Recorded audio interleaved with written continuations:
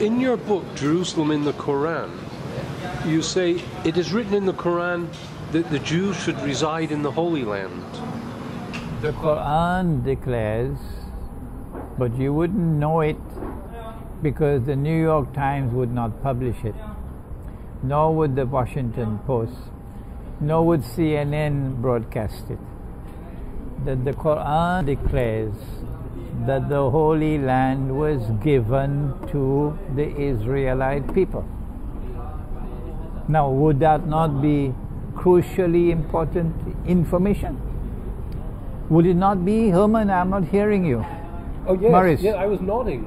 Yes, Morris, it's crucially important information. It's shocking. So your audience, your viewing audience out there must be bewildered and baffled.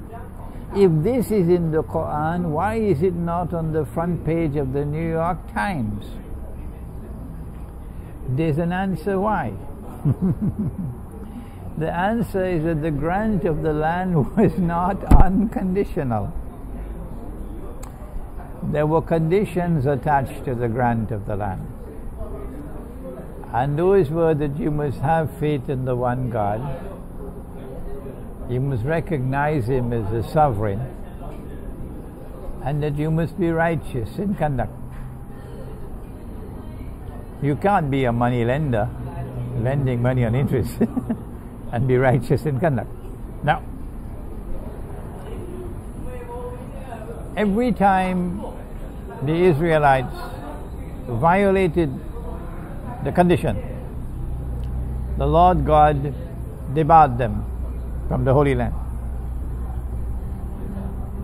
threw them out of the Holy Land. And when you ask the Jews, why were we expelled from the Holy Land?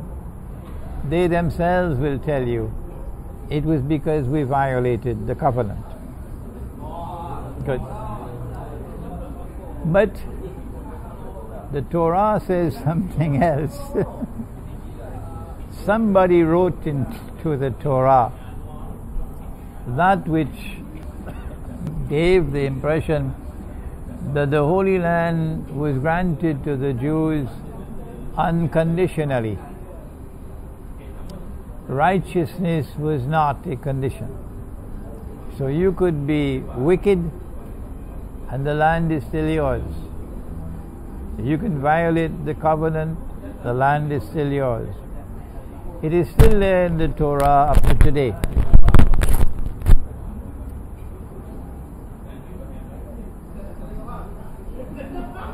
It is not because of righteousness, says the Torah, that the Lord God gave you this good land to inherit. For you are a stiff-necked people, quote unquote. The writer of those words wishes to convey that the Bible is the deed, the title deed of the Holy Land for the Jews. The Zionist movement used it that way. So they cannot defend that which is in the Torah. And that's why they do not quote the Quran. But now the game is up because we have quoted for you from the Quran that in the 5th chapter, Surah Al-Ma'idah, Allah declares that the Holy Land was given to the Israelite people. Yes. And when you go to the rest of the Quran, then you learn that it was not given unconditionally. The conditions for the grant of the land were faith in the Lord God and righteous conduct. So are you saying what we're told is written in the Old Testament has been altered in time? It was written by someone who wanted to convey the false information that the grant of the land was unconditional. It's yours. Come rain or come sunshine, it's yours. You could almost believe from what you're saying that the Muslims would accept a Jewish Zionist entity if it was righteous. Not a Zionist entity, because Zionism from day one, the day it was born, was wicked.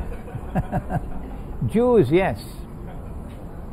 Muslims, the grant of the land was not unconditional, and the grant of the land was not exclusive. The Jews have the right to live in the land. It's their land, but it's not theirs alone. Others who worship the one God also have the right to reside in that holy land. Okay? What will be the power relationship? The Quran is silent on that. Whether it will be a Jewish state which will tolerate non-Jews or so, the Quran is silent on that. But the fact is, the Jews are not the only one who have the right to reside in the Holy Land. So Muslims would at any time be prepared to share Jerusalem with Jews and with Christians, so we can live together peacefully without any party oppressing the other.